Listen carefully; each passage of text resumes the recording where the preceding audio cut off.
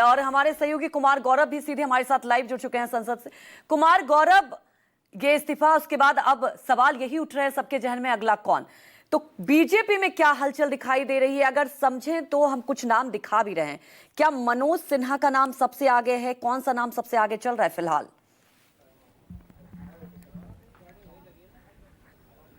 देखिए, फिलहाल उपराष्ट्रपति का इस्तीफा हुआ है और उसको स्वीकार किया गया, और नाम इतनी जल्दी, मेरे ख्याल से ये इस्तीफा आनन फानन में हुआ है। कल शाम 5 बजे तक इसका कोई निर्णय नहीं था कि उपराष्ट्रपति इस्तीफा देने वाले हैं, और जाहिर तौर पे अभी अगर कल रात को 8-9 बजे के आसपास उन्होंने इस्तीफा दिया है तो इतनी जल्दी नाम तय होना मुश्किल लगता है। लेकिन हाँ, ये बात जरूर है कि अब ये एक कॉन्स्टिट्यूशनल नीड है कि उपराष्ट्रपति का पद खाली होते ही 2-4 महीने के अंदर चुनाव करा लिए जाए। इसमें 3-4 महीने का वक्त तो लगता ही है, लेकिन जाहिर सी बात है कि सरकार का अब अगला जो भी कदम होगा, सरकार की बात करें, पार्टी की बात कर ले, बीजेपी एनडीए का अब अगला वही कदम होगा कि ऐसा उपराष्ट्रपति बनाया जाए जो कि सामाजिक समीकरण साधे, राजनीतिक समीकरण साधे, आगे के चुनाव के दृष्टिकोण से तमाम चीज़ें साधे, और साथ ही राज्यसभा को चलाने का जिसके पास अनुभव हो। यानी ये तमाम चीज़ें मायने रखती है। और सबसे खास बात जो सुकेश जी ने भी कहा कि पार्टी के कोर आइडियोलॉजी को मानने वाला व्यक्ति। ये तमाम नाम जो बाहर वाले नाम चल रहे हैं, उसमें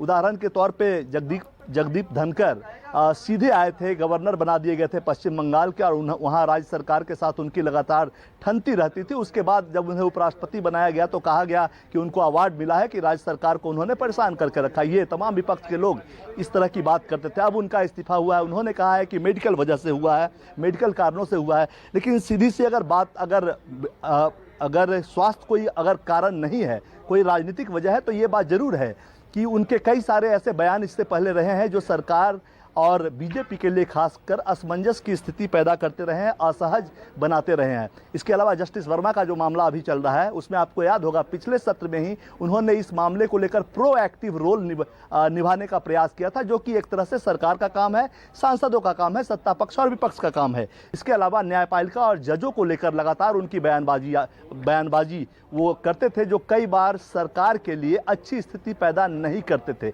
तो अगर स्वास्थ्य से इतर कोई कारण है तो ये तमाम चीज़ें वजह मानी जा सकती है। अब रही बात आगे कौन होगा, तो जाहिर सी बात है जो तमाम समीकरणों को साधेगा वो बनेगा। अब कुछ नाम लगातार चर्चा में आ रहे हैं, तो मैं भी कुछ नामों का जिक्र कर देना चाहता हूं, क्योंकि राष्ट्रीय स्तर पर कई नामों की चर्चा हो जाती है, लेकिन अक्सर जो बीजेपी का जो 2014 के बाद वाली बीजेपी है वो अक्सर चौंकाने वाले नाम लेकर आती है। तो ऐसे ही कुछ नामों की चर्चा हालांकि अभी औपचारिक तौर पर नहीं हुई है, लेकिन कुछ नाम जो तमाम समीकरण, राजनीतिक, जातीय, सामाजिक समीकरण को साधे, उन नामों पर चर्चा करें तो थावर चंद गहलोत के नाम की भी चर्चा एक बार फिर से सामने आई है। दलित नेता हैं, पूर्व सामाजिक न्याय मंत्री रह चुके हैं, संसद का उनको लंबा अनुभव है और वर्तमान में कर्नाटक के वो राज्यपाल हैं। उनके नाम को भी आप किनारे नहीं कर सकते। दलित कार्ड इनके जरिए सरकार खेल सकती है, एनडीए खेल सकती है, बीजेपी खेल सकती है। इसके अलावा ओम माथुर जो अभी गवर्नर हैं, और जाहिर सी बात है वरिष्ठ भाजपा नेता रहे हैं, राजस्थान से रहे हैं, संगठन का लंबा अनुभव है, और कहा यह जाता था कि एक वक्त में जो अभी टॉप लीडरशिप है उनके काफ़ी करीब हुआ करते थे। इसके अलावा अगर अल्पसंख्यक चेहरों को साधने की बात की जाए तो ठीक है, ये एक इंटेंशन देखने को मिला है, और लगातार ये ऑब्जर्व किया गया है कि किसी मुस्लिम चेहरे को, खाँटी मुस्लिम चेहरे को बहुत आगे ये सरकार बहुत ज़्यादा तवज्जो नहीं देती, बहुत बड़ा पद नहीं देती। तो ऐसे में अल्पसंख्यक चेहरों में अगर आएंगे तो 2 बार से लगातार मंत्री है, आईएफएस से सांसद बने हैं, राज्यसभा में वो लंबा कार्यकाल पूरा कर चुके हैं, अभी पेट्रोलियम मंत्री भी हैं वो। हरदीप सिंह पुरी, अल्पसंख्यक वोट को अगर, अल्पसंख्यक चीज़ों को अगर साधना होगा, अल्पसंख्यक लाइन को अगर साधना होगा तो हरदीप सिंह पुरी के नाम पे भी चर्चा हो सकती है। इसके अलावा दक्षिण बीजेपी का एक कमज़ोर जगह है, और जाहिर सी बात है वेंकैया नायडू के बाद दक्षिण से बहुत ज़्यादा प्रतिनिधित्व भी नहीं है केंद्र में। हालांकि जो वित्त मंत्री हैं वो दक्षिण से हैं, तो जाहिर सी बात है। लेकिन जो नाम आ रहा है उसमें एल गणेशन बीजेपी के एक नेता हैं, पूर्व राज्यपाल हैं, दक्षिण भारत से आते हैं, और तमिलनाडु और तेलुगु राज्यों में उनकी पैठ है। तो तमाम, बिहार में अगर राजनीति की बात हो रही है तो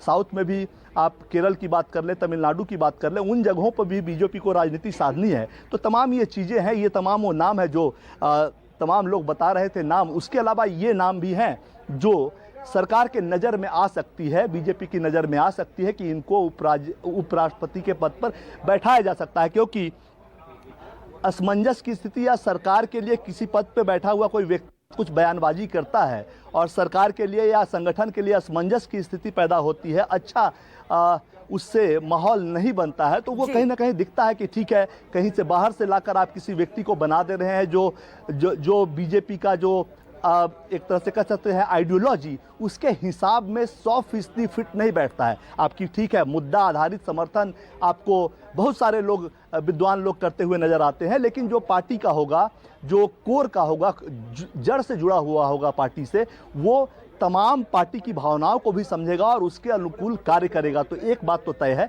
कि संगठन से जुड़े हुए, संगठन में जिसका लंबा अनुभव रहा होगा, पार्टी से जुड़ा रहा होगा लंबे समय तक, उस व्यक्ति को ही इस बार सरकार कंसीडर करेगी, बीजेपी कंसीडर करेगी उपराष्ट्रपति पद के लिए। तो ये तमाम नामों का नाम का जो है वो अटकलें चल रही है।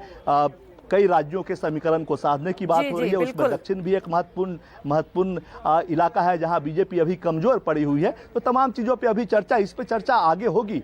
फिलहाल तो उनका इस्तीफा हुआ है, स्वास्थ्य कारण चूंकि ऑफिशियली वही बताया गया है, संवैधानिक पद है, लिहाजा अभी उसे ही मानकर चलना होगा। जी बिल्कुल, कुमार गौरव ऑफिशियली बताया गया है, उसको मानकर ही चलना होगा, लेकिन कहीं ना कहीं इसके पीछे एक एनालाइज है और इसे लेकर देखिए कांग्रेस सवाल तो उठा रही है। रविंदर सिंह जी, सवाल उठता है आइडियोलॉजी की, और सबसे बड़ी बात क्या हो जाती है कि अगर आइडियोलॉजी की बात करें, तालमेल की बात करें, और यही वजह है कि नाम तो देखिए कई सामने आ रहे हैं, तो क्या बीजेपी जो कि कई ऐसे फैसले लेती है वो चौंका देती है, और यही वजह है कि हम चर्चा कर रहे हैं। क्या लगता है आपको कि सबसे ज्यादा कौन इसमें मजबूत दावेदार हैं, और बीजेपी इस बार किस तरह से स्ट्रेटजी को लेकर उपराष्ट्रपति का चुनाव करेगी?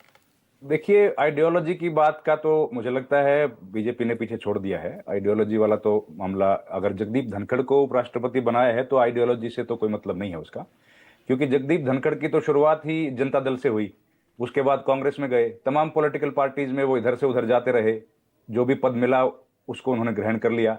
तो आइडियोलॉजिकली तो जगदीप धनखड़ मूल रूप से तो बीजेपी के नहीं थे, ना वो स्वयंसेवक आरएसएस से जुड़े हुए थे, लेकिन पॉलिटिकल एक्टिव थे और आरएसएस के एक अनुषंगिक संगठन के साथ उनका